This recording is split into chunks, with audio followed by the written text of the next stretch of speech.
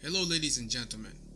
So as many of you should know by now, a video is going viral in which Kanye West met with President-elect Donald Trump. This meeting took place at Trump Tower. I'm going to point out to you straight what I see unusual, or what I'm noticing at least, as far as trying to understand or trying to break down the nature of the mood of what's taking place between Kanye West and President-elect Donald Trump and their entire conversation with the press. And I want to encourage all of you to also have a discussion in the comment section. Let me know, maybe if you notice the same thing. If I'm onto something, maybe I'm not onto something. Maybe Kanye West came to the realization and acknowledgement that he got himself involved against people whom he cannot be able to win against. In simple translation, what I'm just saying is the warning and threat from the elite got to him. But of course, we're going to have to observe and wait and see how everything unfolds as the days progress on forward.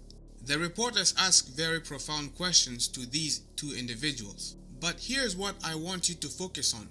One of the reporters asked Kanye West a direct question. She asked, and I quote, "Kanye, you've talked about running in 2020.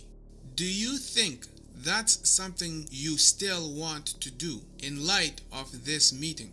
Now I want you to observe Kanye West's reaction, not only to this question particular, but to the follow-up questions as well. And also I want you to notice Donald Trump's body language and hand gestures, because sometimes even if we do not say anything, our actions through the means of our body language will speak on behalf of our lips. Observe. Mr. Trump, Kanye, what did you guys discuss in your meeting today? Just friends, and he's a good man. Did you Doing discuss well. possible Long cabinet time. positions? We've been friends for a long time. What did you guys discuss? Life. We Kanye, discussed you talked it. about running in 2020. Do you think that's something you still want to do in light of this meeting? Kanye, are you considering performing at the inauguration this year? Kanye, no comment about your meeting with the president-elect. This is the president-elect of the United States. Nothing to say? I just wanted to take a picture right now. So long, man. You take care of yourself. I'll see you soon. All right? Is it not interesting how Kanye West appears like a robot? Here's a man who was charismatic in his speech and all of a sudden appears to be absent-minded.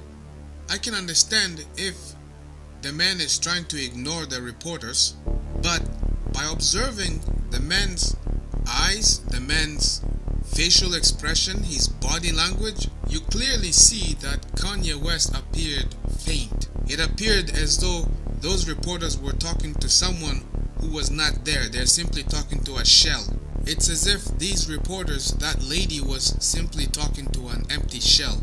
Very faint. Now if you observed, you'll notice that while the question was directed towards Kanye West with regard to him speaking that he was going to run for president in 2020, you immediately see Donald Trump points his finger at the reporter and he gives this look where he laughs and smiles, that when you observe that kind of body language and that kind of attitude, you get the impression that Donald Trump is laughing at the reporter and basically saying in a subtle way, and I quote,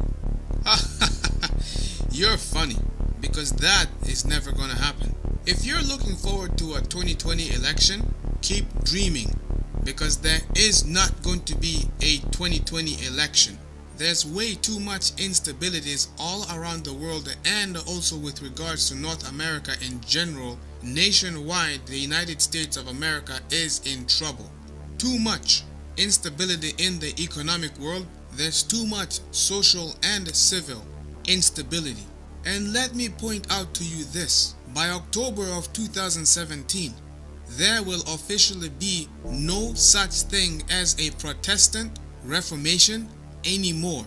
There will be no such thing as a Protestant Christian community, because the Roman Catholic Church is going to sign another historic pact that is going to unify the Protestant denominations, which observe Sunday sacredness, they will all be united under the umbrella of Catholicism. And if there's anything that you should notice about Donald Trump, the Trump administration, Donald Trump seeks to bring forth a union between church and state, which goes exactly according to the book of Revelation. However, because I have an important video about this covering the Donald Trump prophetic conspiracy, I highly recommend subscribing to my channel here, because the video which I am putting together, and I'm currently editing the video right now, I highly recommend subscribing, because when I upload the video, all of you will be able to see how everything makes perfect sense. You will see the dream of King Nebuchadnezzar, ruler of Babylon. You will see that prophetic dream come to pass, and you are going to see an animation of that particular dream like you've never seen it before. Bottom line is that this is going to capture not only your imagination, but this is also going to open many people's eyes. So I highly recommend subscribing, because we are officially living in the days of the end of the world. Time is running out. Ladies and gentlemen, the day is turning to night. This means we are heading into a dark night of Earth's history. Whether you are ready or not, the night is coming. I'm metaphorically speaking of the future of humanity. The night is coming, and when this night arrives, you're going to see a power like you've never seen before. You're going to see the forces of darkness wreaking havoc on this earth. The four angels holding back the four winds of the earth, they shall be given the command to let go of the four winds. And when they let go of the four winds, strife will fall upon the earth, and those who are evil are also going to face God's wrath. You know the saying, if God is for us, who can be against us? Well, let's flip that around and now read it again. What does it say? If God is against us, who can be for us? In other words, you're toast, you're hooped. No chance for you. If God is against you, you're done. But there is still time, there is still hope, and only those who are sealed by God's Holy Spirit can be able to make it through these dark times ahead of us. Do not look forward to a 2020 election, because that is simply a distraction ahead of time that you are simply distracting yourself. There is no 2020 election. America has fallen already. America is no longer the same. It's done.